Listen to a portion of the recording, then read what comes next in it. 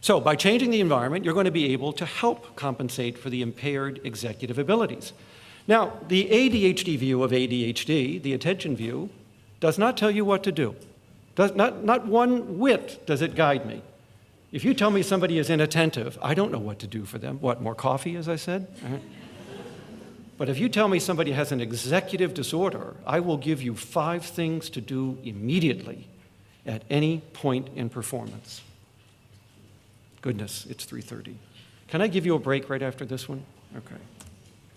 Number 1, your child cannot stop and hold things in mind.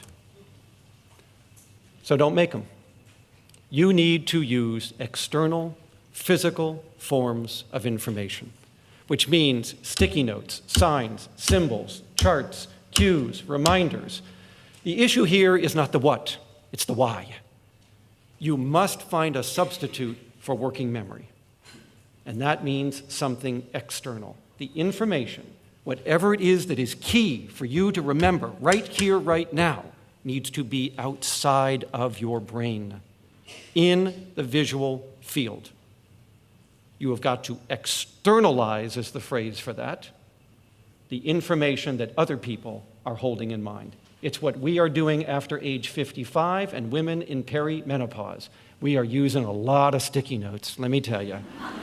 Because I'm 59 years old and I already have a little ADHD working memory disorder, as do most women. By the way, it hits women harder than men, but it hits us both. Nevertheless, we're all running around with lists. What was I doing? My wife even has a digital memory recorder in her car so that when she's out and she has to remember something, she dictates it in there so she can listen back and remember what the heck she was supposed to buy at the shopping center. You see what we're all doing? Making up for a working memory deficit.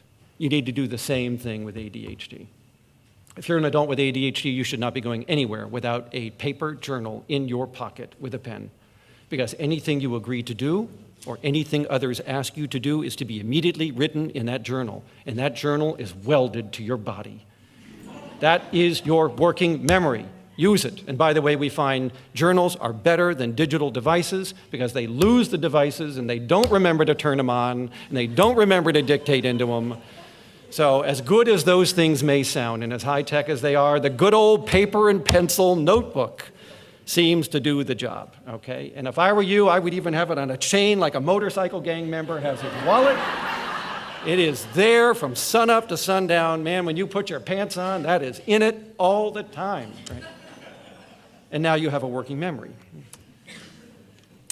You have no internal clock. So if anything involves time, there must be a timer. There must be something physical outside of you that signals the passage of time. For young children, cooking timers are great, but there are various other devices, including watches that beep every 5 minutes and vibrators that you can buy at the ADDwarehouse.com that have digital timers built in, and you can set them to just vibrate in your pocket every so often. I don't care what the stimulus is. This is the why, people, not the what, right? The why is you have no sense of time. So if I give you something that involves time, I have got to give you a timer. And if this extends more than just a few minutes to a half hour, you are going to need a day planner, a Palm Pilot, or some other means of keeping track of time. A week-at-a-glance calendar is not a bad thing either.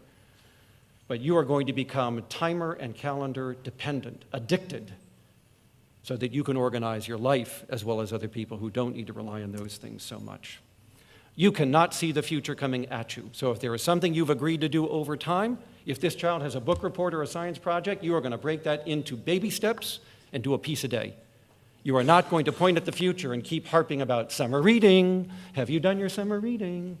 We've got that book report that's due next week. Have you done that? Right? No, we are going to take the book report and you are going to read 3 pages today. You are going to write 4 sentences today, and I will give you 15 tokens right now. And that's how we're going to get this done. We are going to break the future into pieces and do a piece a day. And stop pointing at the future because you can't organize to the future. That is your disability. That's like going onto an inpatient unit at the psychiatric hospital and saying, God, these people hallucinate around here.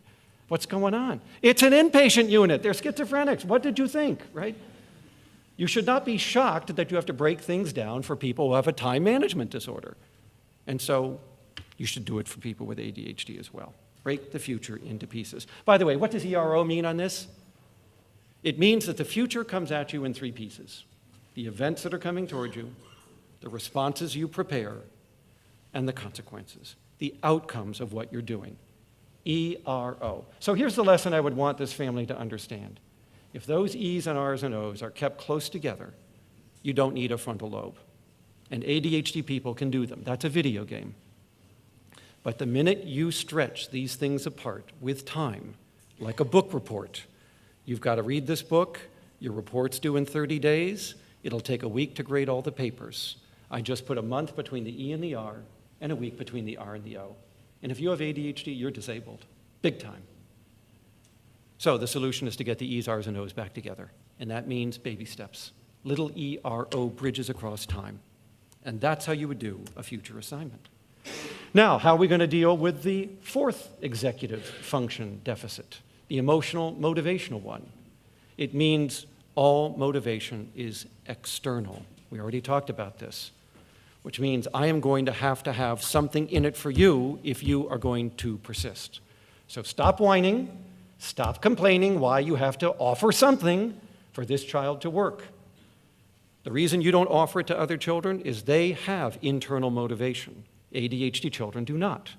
So don't worry that by paying them tokens for doing their reading or their assignments, you're somehow going to pervert a sense of doing things for their own reward or value, being a good citizen for the sake of being a good citizen. That is not going to work for ADHD.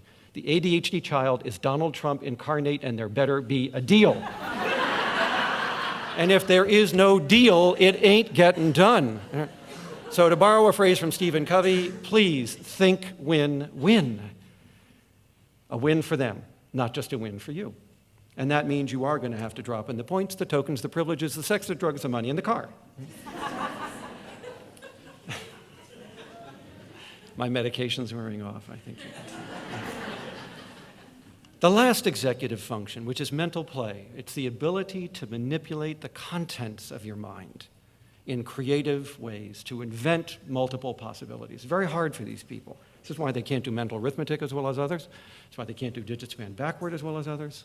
It's why they have trouble playing the little musical game Simon. Working memory. But if you can't hold things in working memory, then you can't manipulate your working memory.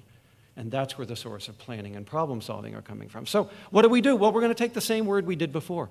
Externalize. We're going to make problem solving manual, physical. You get to do it with your hands. So let's take math problems. I'm going to give you a bunch of marbles, a number line, and a abacus or a calculator. But the first three would suffice, right? You're going to do math with your hands, the way it originally was done. I'm not going to ask you to do arithmetic in your head. You're going to find that to be difficult. You need a crutch. You need an external prosthesis to help you with your math.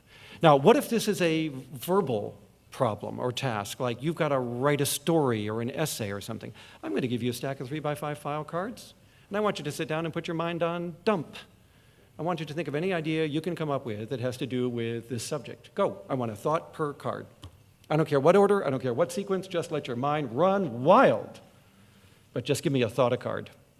Now I'm going to take your cards and reorganize them, and now we've got them physical. And now we can create the story and the plot line. And if you do this on a laptop computer in Word, you can even move it around and spell check and cut and paste and do all that neat stuff because it's now external. Your ideas have become physical. And that's the secret here. Make the mental information physical in some way, and then they might be able to do it. This may explain why more people with ADHD wind up in the trades than in any other professions. I used to think it was because the trades don't require as much advanced education. I now think it's probably also the fact that it's manual. Whether you're a carpenter, a plumber, a landscaper, a bricklayer, a tuner, electrician, tuner of pianos, I meant to say, or others, you are doing something manual. And that may matter. We'll see. Lastly, ADHD rarely occurs alone. ADHD children are at risk for all of these other disorders.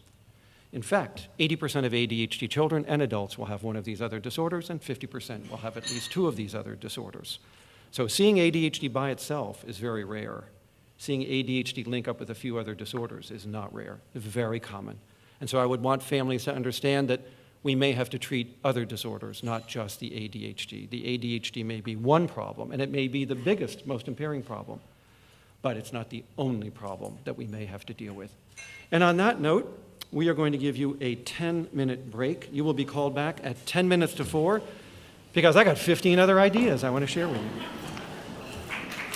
Oh, you're welcome. Thank you. My pleasure. Thanks so much.